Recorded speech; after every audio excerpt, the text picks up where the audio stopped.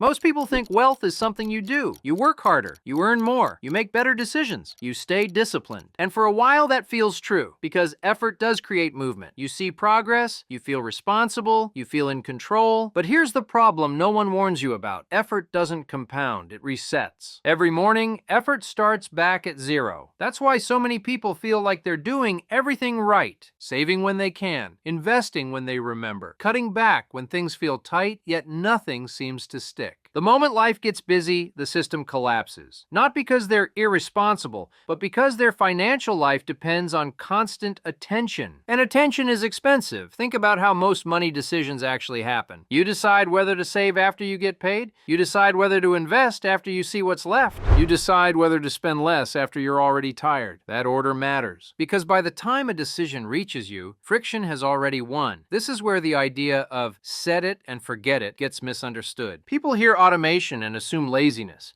They imagine giving up control. In reality, automation is the opposite. It's deciding once, so you don't have to decide again. And that single shift changes everything. Here's a simple but uncomfortable truth. Your financial outcomes are shaped less by how smart you are and more by how many decisions your system forces you to make. The more decisions required, the more chances for failure. Not dramatic failure. Quiet erosion, a skipped transfer, a delayed investment, a month that doesn't really count. Over time, those small gaps add up. Automation removes the gap. When money moves automatically, behavior becomes irrelevant. You don't need discipline to follow a process you never interact with. This is why set it and forget it works. Not because it's optimal, but because it's persistent. Persistence beats intensity every time. And here's the part most people miss. Automation isn't about returns, it's about direction. It forces money to move before you can negotiate with yourself. Before lifestyle inflation, before rationalization, before I'll do it next month. Once you see this, you start noticing a pattern. People who build wealth quietly aren't constantly making better choices. They're making fewer choices. Their systems are doing the work their willpower never could, which raises a dangerous question. If effort doesn't compound and motivation doesn't last, then what actually does? That's what we're breaking down in this series. Because in the next part, we'll look at the single most important mechanism behind set it and forget it strategies. How defaults quietly control behavior and why the order money moves matters more than the amount. That's where this stops being theory and starts becoming unfair. There's a reason set it and forget it works even for people who don't feel disciplined. It hijacks something far more powerful than motivation: defaults. A default is what happens when you don't do anything. And in finance, what happens by default usually determines everything. Most people believe their money problems are caused by not earning enough or not saving enough. But more often, the real issue is the order in which money moves. Look at a typical setup. Money comes in, it sits in a checking account. Spending happens naturally. Saving and investing are what's left over, if anything. That system isn't broken. It's working exactly as designed. When spending is the default, saving becomes a decision, and decisions require energy. Now flip the order. Money comes in. A portion immediately leaves, automatically. Only what remains is available for spending. Same income, same person, radically different outcome. This is why two people with identical salaries can end up in completely different places financially. Not because one is smarter, but because one changed the default. Here's the part that's uncomfortable. Your brain treats defaults as truth. If money is there, it feels spendable. If it's gone, it feels untouchable, even if you technically have access. Automation exploits that psychological shortcut. It doesn't argue with you. It doesn't convince you. It just acts before your habits wake up. This is also why small automatic actions beat big intentional ones. People love dramatic financial moves, big investments, big cuts, big plans. But dramatic actions rely on emotional peaks. Defaults rely on repetition. And repetition is what compounds. There's another subtle advantage here that most people miss. Automation protects you from timing. When you invest manually, you wait. You hesitate. You try to feel confident. When you invest automatically, you participate regardless of mood or headlines. You buy when things look good. You buy when things look terrible. You buy when you're busy and not paying attention. That consistency matters more than precision, because wealth isn't built by perfect timing. It's built by uninterrupted exposure. This is why people who automate often outperform people who know more. Knowledge doesn't matter if it isn't deployed. Automation deploys it for you. And notice what's happening here. The system is quietly doing two things at once: removing friction from good behavior, adding friction to bad behavior. Saving stops feeling like sacrifice. Spending stops feeling limitless. Not because you changed as a person, but because the environment changed. This is the core principle behind every effective set it and forget it strategy. Design beats intention. If a behavior requires you to show up consistently, it will eventually fail.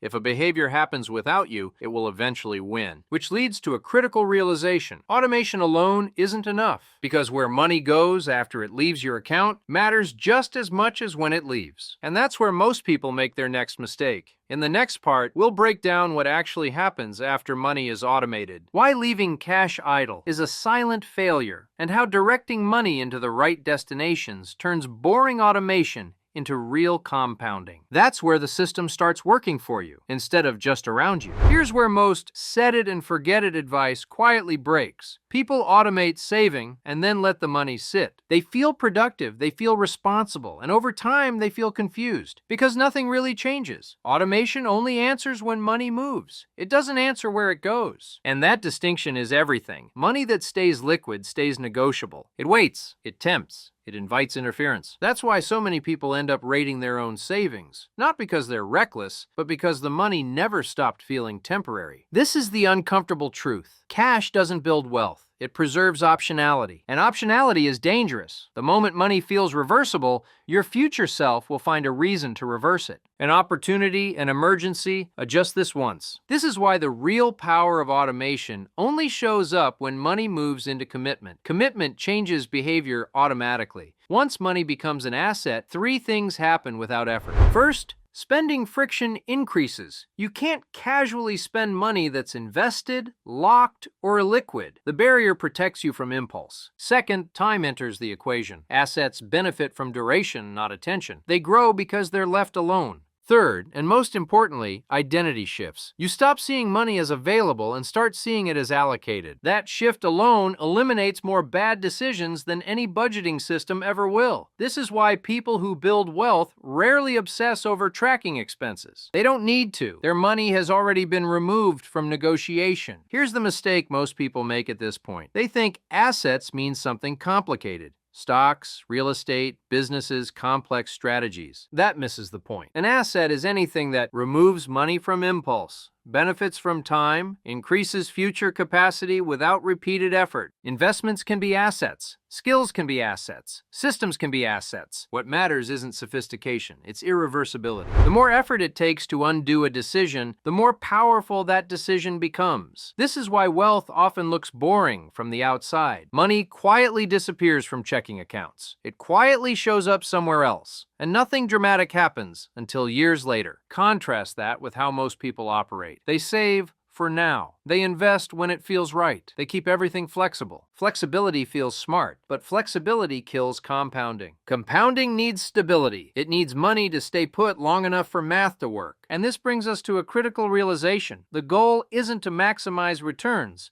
It's to minimize interference. A mediocre plan that runs uninterrupted will outperform a brilliant plan you keep touching. Which raises the next question. If locking money away is so powerful, why do most people avoid it? Because commitment feels like loss. Illiquidity feels scary. Long-term decisions feel restrictive, and that fear keeps people stuck in permanent preparation mode. In the next part, we'll break down how to use leverage to overcome that fear, why waiting until you feel ready is the slowest strategy available, and how systems that involve other forces accelerate outcomes without requiring more effort. That's where this stops being safe and starts becoming fast. Up to this point, everything sounds reasonable. Automate the flow, lock money into assets, reduce interference. Slow, safe, logical, and then things stall. Not because the system doesn't work, but because progress feels too gradual. This is where most people stop. They tell themselves they'll scale later, after they earn more, after they feel more confident, after they're ready. That waiting instinct is the real bottleneck, because wealth doesn't accelerate when you feel ready. It accelerates when you introduce leverage. Leverage is anything that allows the same effort to produce more outcome, more time, more capital, more reach, more repetition. And the reason people avoid it has nothing to do with math. It's emotional. Leverage feels like loss of control. It involves commitment. It often involves other people. It removes the illusion that you can reverse decisions instantly. That discomfort is exactly why it works. Most people try to build wealth in isolation. They save alone, invest alone, wait alone. That feels safe, but it caps speed. Leverage compresses time. It moves results forward instead of waiting for them to arrive naturally. This is why people who build wealth early almost always look reckless in hindsight. They weren't reckless. They were early. They accepted controlled exposure in exchange for acceleration. That exposure can take many forms. It can be capital leverage, putting money to work sooner rather than later. It can be social leverage, partnerships, shared infrastructure, collaboration. It can be system leverage, automation,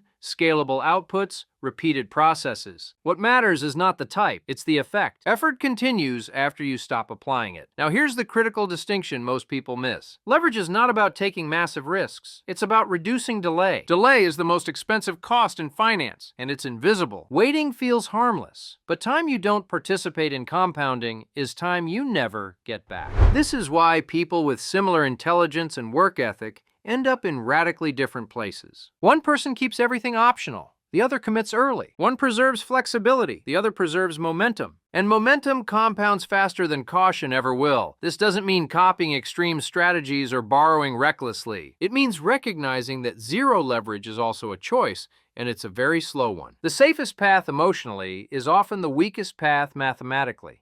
And that's the trade-off most people never consciously make. They think they're being careful, but what they're really doing is avoiding discomfort. Leverage forces alignment. Once it's introduced, systems matter more than feelings. Process matters more than motivation. That's why it's so effective and why it feels dangerous before it feels obvious. At this point, the pattern should be clear. Automation sets direction. Assets create commitment. Leverage accelerates outcomes. But none of this works if it's scattered. In the final part, we'll tie everything together into a single framework. How to combine automation, commitment, and leverage without overcomplicating your life and without relying on constant effort. That's where the system stops being theoretical and starts running on its own. By now, the pattern should be obvious. Wealth doesn't come from intensity, it comes from alignment. When money depends on your attention, progress is fragile. When money runs on systems, progress becomes inevitable. Let's simplify everything into one framework, not something to optimize, but something to set once and then leave alone. First, direction beats effort. Automation decides direction. If money leaves your spending account before you see it, the system wins before you can interfere. You don't need discipline for a decision you never face. Second,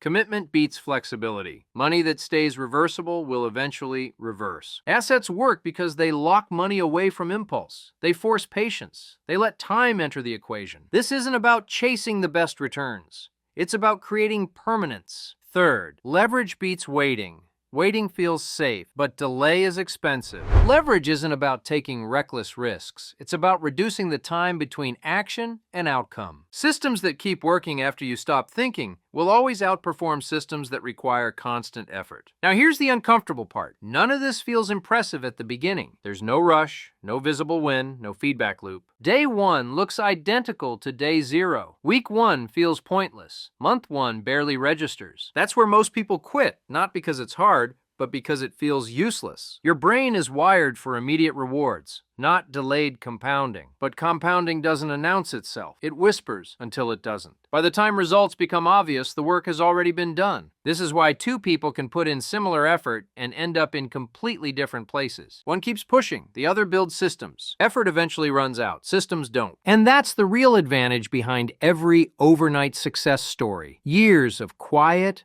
uninterrupted execution. If you take nothing else from this video, take this. Don't try to do more. Design better. Set it once, reduce friction, let time do the heavy lifting, and then get out of the way. If this changed how you think, subscribe. If it helped, you can like. If you disagree, comment. Because systems don't care what you believe, they only care what you build.